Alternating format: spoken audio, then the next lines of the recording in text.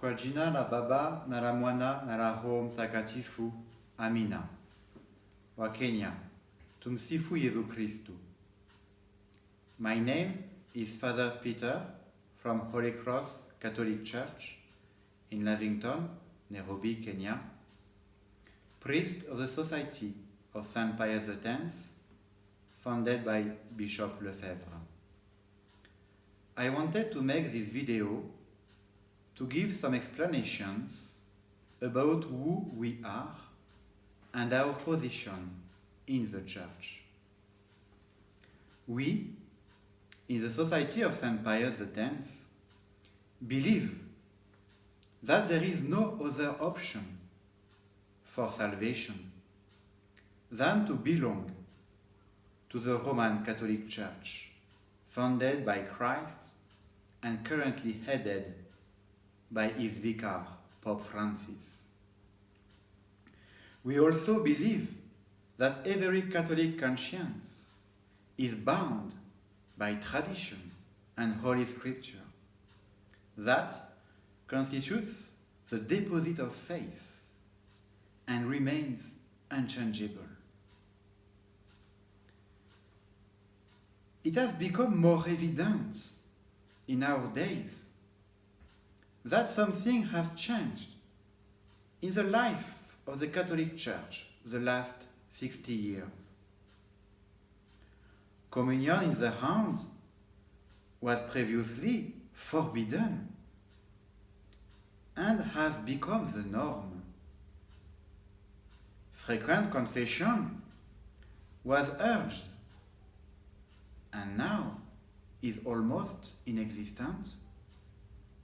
The priests were obliged to wear the cassock to make God visibly present in the world and to express their shared personhood with Christ. And now the priests, representative of Christ, have disappeared from the world.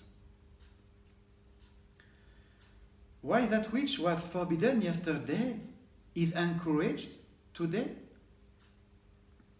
That which sanctified many saints in the past is not allowed to sanctify us today?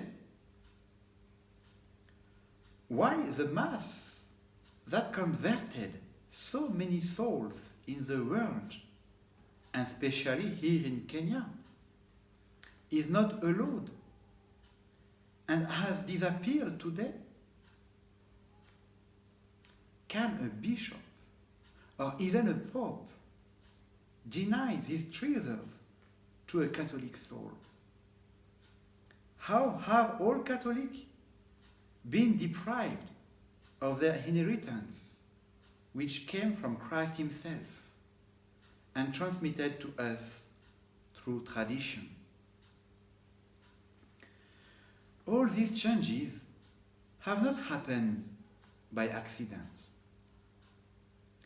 They are a consequence of a change in the doctrine of the Church. A certain weed has invaded the field of the Lord. It is necessary to point out that the Society of Saint Pius X has no way broken away from the Catholic Church. We are united to the Catholic Church, and we never separated from her. Despite divergences with the authorities of the Church, and we are not responsible for these divergences. The Vatican I Council, while defining the infallibility of the Pope, said, I quote, "For the Holy Spirit was not promised to the successor of Peter, that by his revelation they might teach new doctrines.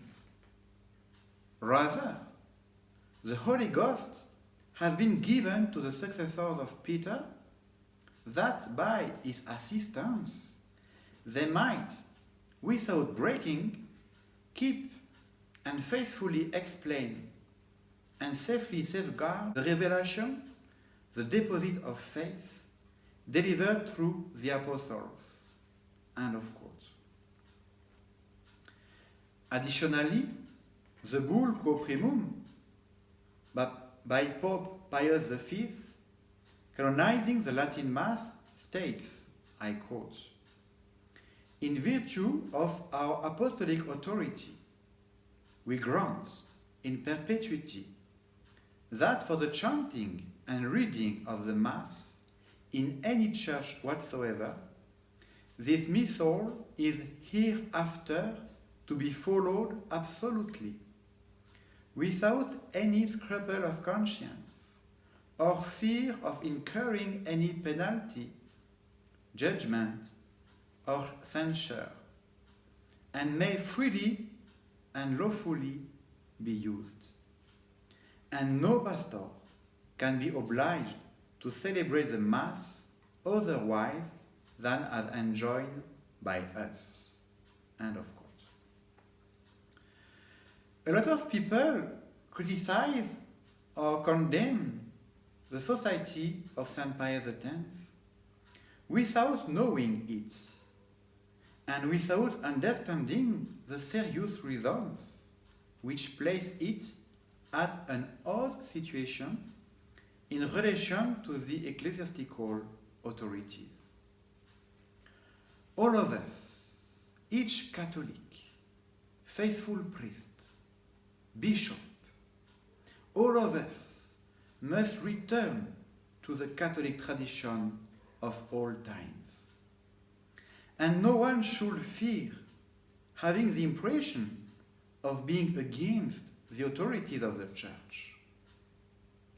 Because in fact, it is not going against them, but on the contrary, it is the most effective means of helping them understand that we must return to tradition, which is the sole and unique future of Holy Church.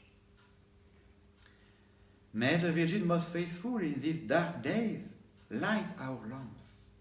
May she give back to us the light of the world, that the light may shine even in these days of darkness. Our Lady of the Immaculate Conception, pray for us. Saint Pius X, pray for us. In nomine Patris et Filii et Spiritus Sancti. Amen.